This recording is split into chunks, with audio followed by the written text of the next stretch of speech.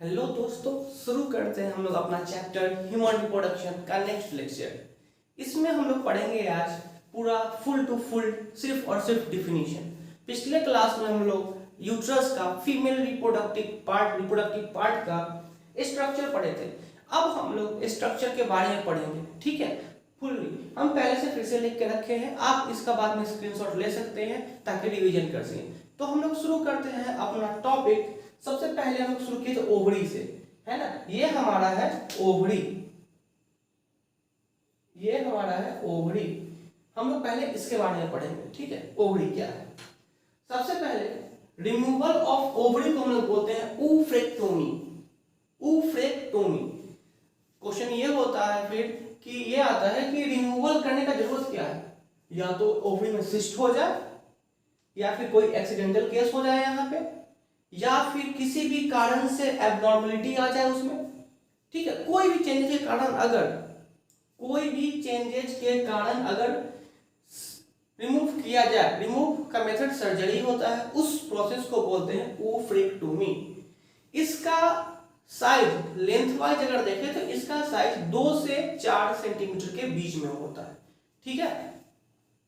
अब हम बात करें इसके लेयर का। ओवरी 2 लेयर में बटे हुए हैं। सबसे पहले जर्मिनल एपिथेलियम, उसके बाद ट्यूनिका अल्बुजिनिया। तो सबसे ऊपर वाला जो लेयर होता है ओवरी का, वो होता है जर्मिनल एपिथेलियम। ये है जर्मिनल एपिथेलियम। और ये अंदर वाला जो लेयर है इसको बोलते हैं ट्यूनिका अल्बुजिनिया, ठीक है। अब पहले हम लोग बात करते हैं जर्मिनल एपिथेलियम का, फिर अंदर वाला ट्यूनिका अल्बुजिनिया का बात करेंगे, ठीक है। जर्मिनल एपिथेलियम क्या है? जर्मिनल एपिथेलियम ये बना है क्यूबाइडल एपिथेलियम से। क्यूबाइडल एपिथेलियम क्या है? ये एक टाइप का टिश्यू है, ठीक है, जो सबसे ऊपर वाले लेयर में पाए जाते हैं।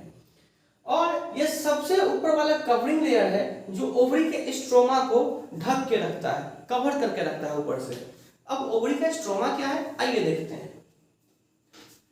कल एक स्ट्रक्चर हम लोग पढ़े थे कुछ इस टाइप का, कुछ इस टाइप का ओवरी का स्ट्रक्चर पढ़े थे।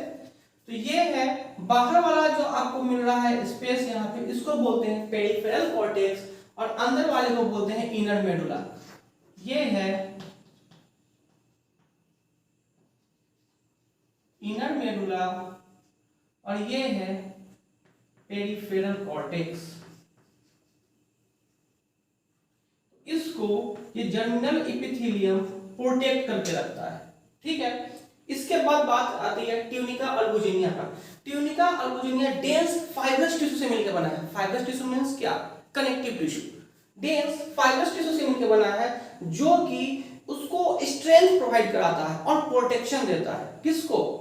अंदर वाले इनर मेडुला और पेरिफेरल कॉर्टेक्स को। कोई दिक्कत नहीं इसमें। अब हम लोग बढ़ते हैं आगे। हार्मोन से और क्या होता है? सॉरी, ओवरी से और क्या होता है? हार्मोन्स का सिक्रेशन होता है। कौन कौन सा hormone? Progesterone, estrogen, relaxin, inhibin. इस चारों का फर्स्ट कैपिटल लेटर हमने लिखा है डिफरेंट कलर से। क्यों? क्योंकि ये ट्रिक है। पेरी, PERI, पेरी याद रखिए। 4 हार्मोन सिक्रेशन होता है यहां से, प्रोजेस्टेरोन, एस्ट्रोजन, रिलैक्सिन और इनहिबिन। अब इसका काम क्या है? प्रोजेस्टेरोन का काम है प्रेगनेंसी रखना, ठीक है। अब प्रेगनेंसी रखने से कोई बड़ी बात क्या है? प्रोजेस्टेरोन का काम है P से प्रोजेस्टेरोन और P से प्रोटेक्ट, याद करके रखिए। प्रोजेस्टेरोन का काम है यूट्रस को प्रोटेक्शन प्रोवाइड करने का हर एक तरीके से, ठीक है। किसी भी एक्सटर्नल मैकेनिज्म से प्रिवेंट करने का, सब P से आएगा, ठीक है। इस कारण से प्रोजेस्टेरोन हार्मोन यहां से सिक्रेशन होता है। हम लोग थोड़ा थोड़ा जान रहे हैं क्योंकि यहाँ पे क्या क्या हो रहा है वो जान रहे हैं। डीपली हम लोग इसका मैकेनिज्म पढ़ेंगे अलग से, तब जानेंगे। उसके बाद बातें आती है एस्ट्रोजन का। Estrogen hormone secondary character develop करता है, जैसे कि वॉइस पिच, ठीक है, जैसे कि हेयर लाइक हेयर ग्रोथ, है ना, जैसे कि एडिपोसिस, फैट टिश्यू जमा हो जाना बट पे, थाई पे, मेमरी ग्लैंड पे, इन सब जगहों पे। तो ये सब सेकेंडरी सेक्सुअल कैरेक्टर है फीमेल का, वो सब डेवलप होता है एस्ट्रोजन के कारण। उसके बाद आता है रिलैक्स क्या? Relaxin hormone. रिलैक्सिन हार्मोन क्या होता है कि कार्टिलेज को ये रिलैक्स करता है। क्यों? ताकि बेबी का जन्म अच्छे से हो सके। ठीक है, जैसे कि बताते हैं, ये देख रहे हैं यूट्रस है। यूट्रस में क्या हुआ, जब बेबी इसमें आया तो ये बहुत ही कवर्ड है, हार्ड है, स्ट्रेंथिएस्ट है। किसके कारण? प्रोजेस्टेरोन के कारण। ठीक है, लेकिन जब बेबी का जन्म होने वाला होगा तो इसको रिलैक्स होना पड़ेगा, तभी तो ये फैलेगा, और फैलेगा तभी तो ये बच्चे बाहर आएंगे। ठीक है, तो यहाँ पे फिर उस टाइम में, बेबी बर्थ के टाइम में कौन सा हार्मोन काम करता है? रिलैक्सिन। उसके बाद इनहिबिन। इनहिबिन का काम है सिर्फ और सिर्फ एफएसएच को रोकना। ठीक है, रिस्पॉन्स देना। ये सब पढ़ेंगे हम लोग डीपली आगे चलेंगे। तो ये रहा हमारा आज ओवरी। इसके बाद हम लोग अब पढ़ेंगे फैलोपियन ट्यूब के बारे में। ठीक है, आप इसका स्क्रीनशॉट लीजिए। अब हम लोग देखेंगे फैलोपियन ट्यूब के बारे में। ठीक है, तो आइए देखते हैं, पढ़ते हैं। इससे पहले हम लोग जानते हैं यूट्रस में फैलोपियन ट्यूब होता कहाँ है। हालांकि पहले इसके स्ट्रक्चर में हम बता चुके हैं ये बात कि फैलोपियन ट्यूब कहाँ होता है स्ट्रक्चर वाइज, लेकिन अभी डिफिनीशन के साथ क्लियर करते चलते हैं। ये कंप्लीट हमारा है फैलोपियन ट्यूब। ये कंप्लीट हमारा है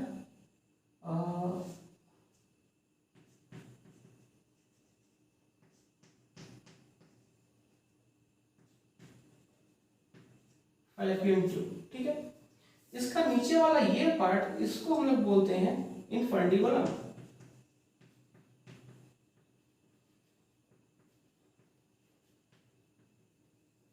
इसके इस ऊपर वाले पार्ट को बोलते हैं एम्पुला।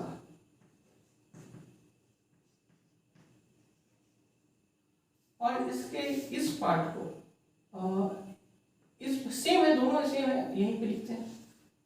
इसके इस पार्ट को बोलते हैं इस्थमस। ठीक है, तो आइए हम लोग आगे समझते हैं इसके बारे में। फैलोपियन ट्यूब क्या है? यहां से लेके यहां तक फैलोपियन ट्यूब का लेंथ 10 से 12 सेंटीमीटर का होता है। इसका जो शेप होता है वो फनल शेप का होता है। फनल शेप का मतलब क्या? ये फिमराए जो आप देख रहे हैं, जिसका फिंगर लाइक प्रोजेक्शन है, उसी से जुड़ा होता है। ये मान लीजिए ये फिमराए है और यहाँ से जुड़ा हुआ जो है ये है फैलोपियन ट्यूब। इसके नीचे में यहाँ पे फनल शेप होता है, जो एक मेम्ब्रेन से बना होता है, जिसको बोलते हैं ऑस्टिया। जहां से एग रिसीव होता है, एग निकलता है ओवा में से, ओवरी में से ओवा निकलता है, और वहां रिसीव होता है ऑस्टिया से।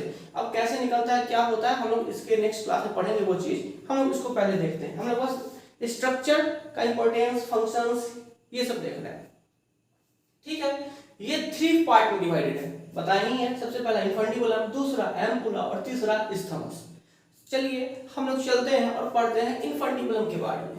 इनफंडिबुलम कैसा शेप का है? फनल शेप का है। कोई दिक्कत? कोई दिक्कत नहीं।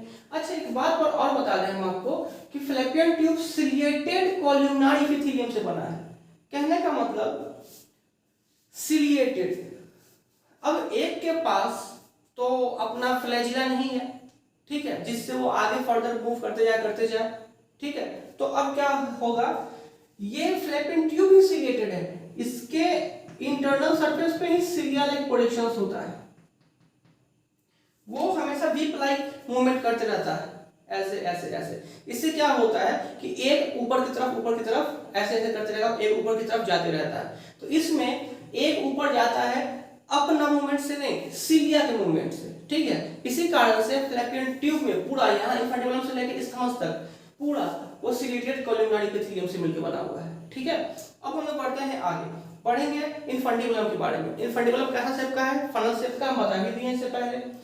यहाँ पे ऑस्टिया का ओपनिंग होता है, जहां से ओवा इंटर करता है किसमें? फैलोपियन ट्यूब में। ठीक है, ओवा निकलता है कहां से? है ओवरी से। कोई दिक्कत नहीं। दूसरा पार्ट एम्पुला।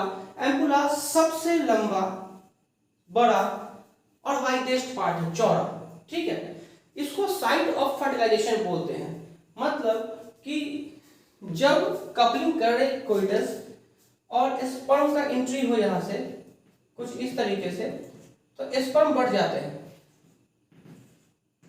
कुछ इधर जाएंगे और कुछ इधर जाएंगे। हम बताए थे इसके पीछे क्लास में, आधा अगर बीच में कर दें तो जितना इधर है उतना ही इधर ही है। सिमिलरिटीज पढ़े होंगे मैथ में, कुछ उसी टाइप का है, सिमिलर है एक दूसरे के। तो स्पर्म जब तक एम्पुला में यहां नहीं पहुंचता है तब तक फर्टिलाइजेशन नहीं होता है। तो यहां से एग यहां पे पहुंचा और यहां से स्पर्म यहां तक पहुंचा, तभी यहाँ पे फर्टिलाइजेशन होता है, और वहीं होता है फर्टिलाइजेशन। ठीक है, अगर दूसरा जगह कहीं पे हो गया तो उसको हम लोग डिसऑर्डर बताते हैं, वो बाद में पढ़ना है, बताएंगे। तो ठीक है, तो हम लोग पढ़ रहे थे अभी एम्पुला। एम्पुला क्या है? Site of fertilisation. यहाँ पे फर्टिलाइजेशन होता है, और जाहिर सी बात है फर्टिलाइजेशन होगा तो वहाँ का जो हमारा मसल्स है वो लार्जेस्ट होना चाहिए, वाइडेस्ट होना चाहिए। ठीक है, अब हम लोग आगे बढ़ते हैं, हम लोग आते हैं इस्थमस पे। इस्थमस क्या है? इस्थमस इसके भी आगे वाला पार्ट, ठीक है, जो क्या करता है, फर्टिलाइज्ड एग को रिसीव करता है। मतलब कि एम्पुलरी रीजन में यहाँ पे एक्चुअली एम्पुलरी इस्थमस जंक्शन, मतलब दोनों के बीच में ये फर्टिलाइज होता है। ठीक है, तो फर्टिलाइज होने के बाद इस्थमस इसको रिसीव करता है। ठीक है, किसको? फर्टिलाइज्ड एग को, जो कि फिर यूट्रस तक आता है, और यहाँ पे फिर बेबी इसमें प्लेस्ड होते हैं। ठीक है, यह जाइगोट, जाइगोट मतलब फर्टिलाइज होने के बाद क्या बना? जाइगोट ही बना। कैसे बना वो आगे पढ़ेंगे हम लोग। ठीक है, फर्टिलाइज होने के बाद क्या बना? जाइगोट बना। तो जाइगोट को एक पैसेज प्रोवाइड करता है ताकि यूट्रस तक वो पहुंच सके और फीटस का फॉर्म हो पाए। इसका जो ल्यूमेन है वो नैरो होता है, बहुत पतला होता है। ठीक है, तो ये था हमारा फैलोपियन ट्यूब के बारे में। अभी हम लोग फिर इसके बाद पढ़ेंगे इसके लेयर के बारे में। किसके? यूट्रस के लेयर के बारे में। ठीक है, अब हम लोग यूट्रस के बारे में पढ़ेंगे। आइए देखते हैं यूट्रस, ये बीच वाला पोर्शन, ये पोर्शन यूट्रस है। ठीक है, यूट्रस का शेप इन्वर्टेड पीयर शेप का होता है। पीयर फल जो होता है उसका उल्टा उस शेप का होता है, पीयर शेप का। यूट्रस को हिस्टा भी बोलते हैं, वॉर्म भी बोलते हैं। ठीक है, ये यूट्रस मेसोमेट्रियम से कनेक्टेड होता है। ठीक है, और मेसोमेट्रियम यूट्रस को कनेक्ट करता है एब्डोमिनल से। ठीक है, यूट्रस के रिमूवल को हम लोग हिस्टेरेक्टोमी बोलते हैं। ठीक है, हिस्टेरेक्टोमी। अब यहां भी रिमूवल क्यों होगा? सिस्ट हो, एक्सीडेंटल केस, ट्यूमर हो जाए, कैंसर हो जाए, कुछ भी रीजन हो। ठीक है, और मेथड रिमूव करने का सर्जरी। ठीक है, तो उस प्रोसेस को हम लोग बोलते हैं हिस्टेरेक्टोमी। अब हम लोग इसके मेम्ब्रेन पे आते हैं। तो इसके 3 मेम्ब्रेन हैं। ठीक है, सबसे ऊपर वाला पेरीमेट्रियम, मतलब ये वाला लेयर,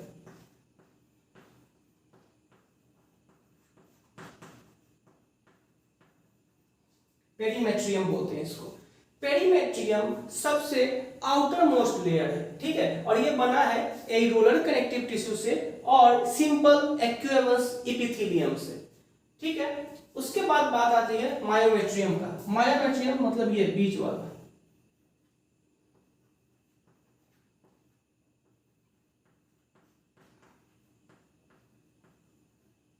ये मायोमेट्रियम मिडिल लेयर है। मायो का मतलब होता है मसल्स, तो मसल्स है, इसका नाम से क्या होगा? स्मूथ होगा। और ये चाइल्ड बर्थ के समय काम करता है। चाइल्ड बर्थ करने का क्या सेंस है? क्यों? क्योंकि ये जब चाइल्ड का बर्थ होगा, पार्चुरेशन का टाइम होगा, चाइल्ड बर्थ को पार्चुरेशन बोलते हैं। जब चाइल्ड का बर्थ होगा उस समय ये रिलैक्स हो जाएगा। ठीक है, और बच्चे को आसानी से स्मूथली बर्न करने देगा, सॉरी बर्न नहीं। अब बात करते हैं इंडोमेट्रियम। इंडोमेट्रियम मतलब सबसे अंदर वाला, ये वाला पोर्शन।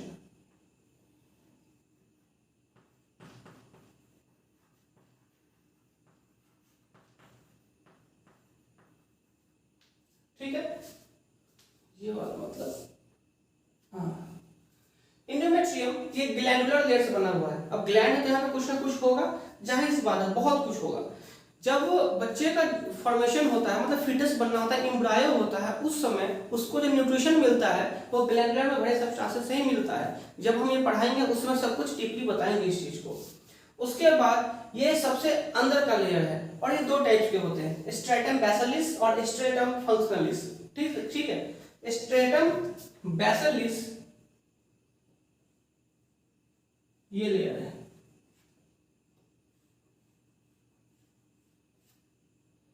इसका नाम हम लिख दें, यहां पे लिख देते हैं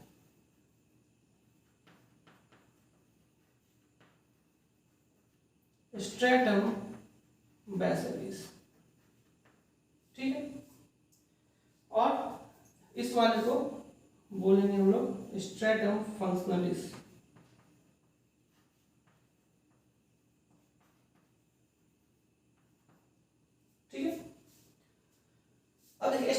बैसिलस क्या है? स्ट्रेटम बैसिलस आउटर लेयर है कि आउटर लेयर कहने का मतलब इस साइड से हम देख रहे हैं तब, है ना। अगर हम बात करें ये इंडोमेट्रियम का, तो इंडोमेट्रियम में दोनों लेयर है और दोनों में से इस साइड से देखें तो आउटर कौन सा है? ये वाला।